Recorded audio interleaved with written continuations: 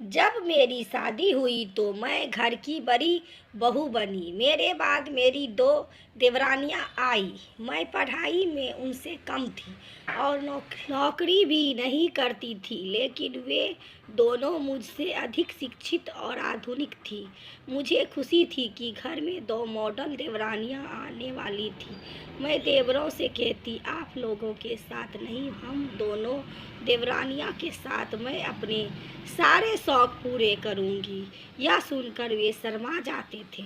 शादी के बाद मैंने देखा कि मेरी देवरानियां पढ़ी लिखी और नौकरी पैसा थी, लेकिन घर के कामों में वे हाथ बटाने नहीं दिखाती थी। मेरी सास और मैं उम्मीद करती थी कि नई बहुएं घर के काम में थोड़ा हाथ बटा दे। मैंने कई बार अपनी देवरानियां प्रिया से कहा, प्रिया, मैं और माता जी दिन भर रसोई में रहते हैं। माता जी तुमसे उम्मीद कर रही है कि शाम को तुम घर का कुछ काम कर दो। प्रिया ने उत्तर दिया, भाभी, दिन भर ऑफिस में काम करने के बाद शरीर में इतनी ऊर्जा नहीं बचती कि घर का काम किया जा सके। और वैसे भी आप तो हैं ही घर में, तो क्या दिक्कत है। मैं समझ गई कि नौकरी और घर संभालने में बहुत अंतर होता है।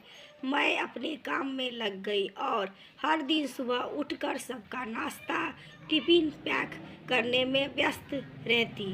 फिर 2021 में कोविड की लहर आई और मेरे पति और देवर दोनों इसकी चपेट में आ गए। उन्होंने जिला अस्पताल में भर्ती किया। मेरी देवरानी अपने पति को अपने मायके ले गई और वहाँ प्राइवेट डॉक्टर से इलाज कराने लगी। मेरे पति की स्थिति बिगड़ने लगी, जबकि देवर की स्थिति सुधर रही थी। मैंने देवरानी से कहा, भाभी, जीजाजी को भी इन्हीं डॉक्टर को दिखाते हैं, शायद वे ठीक हो जाए। देवरानी ने उत्तर दिया, दीदी, डॉक्टर एक दिन का 3,000 लेता है, 2,000 की दवाइयाँ और 2,000 का ऑक्सीजन सिलेंडर। क्या आप यह सब खर्चा देख लेंगी। यह सुनकर मुझे एहसास हुआ कि मैं यह खर्च कैसे उठाऊंगी। मेरे पास तो आय का कोई स्रोत ही नहीं था। भगवान की कृपा से मेरे पति और देवर दोनों ठीक हो गए और घर वापस आए। देवरानी का ऑफिस भी 1 महीने बाद खुल गया। सुबह उठकर उन्होंने मुझसे कहा, भाभी, आज लंच बना दीजिए, ऑफिस खुल गया है। मैंने जल्दी सब बनाया।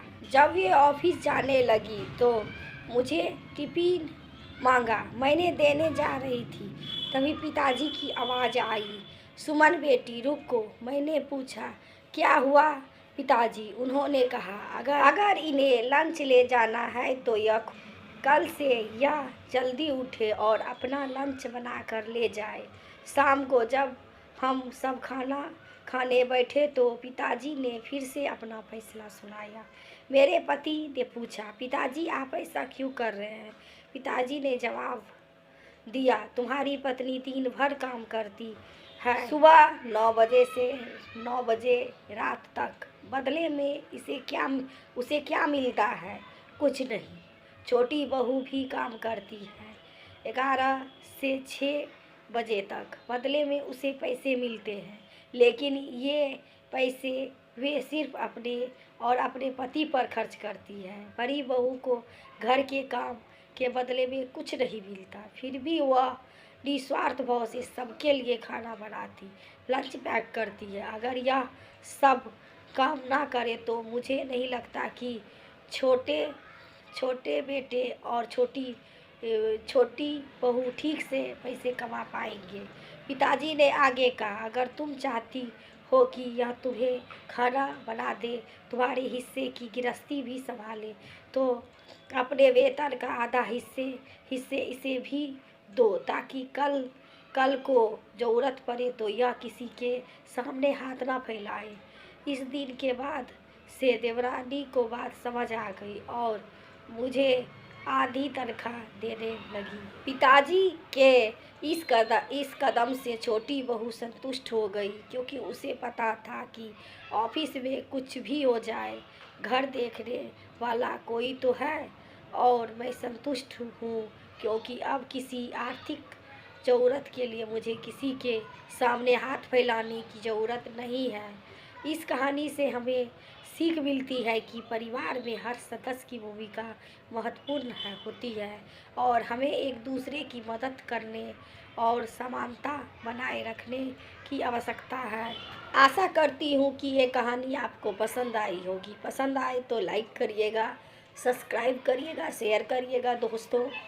थोड़ा सा गला खराब है दोस्तों, सर्दी हो गई है, मुझे माफ़ करिएगा। वीडियो देखने के लिए आप सभी दोस्तों का धन्यवाद। Thank you.